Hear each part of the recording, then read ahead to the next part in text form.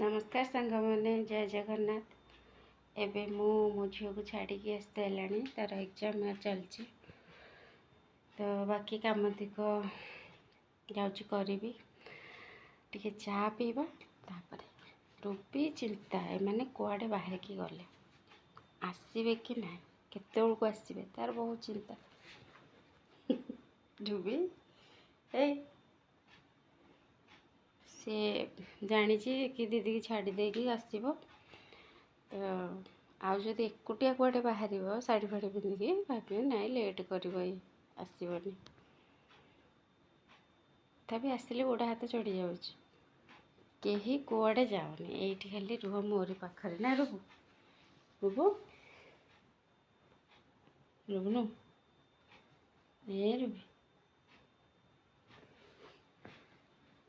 रुबुरे आज बा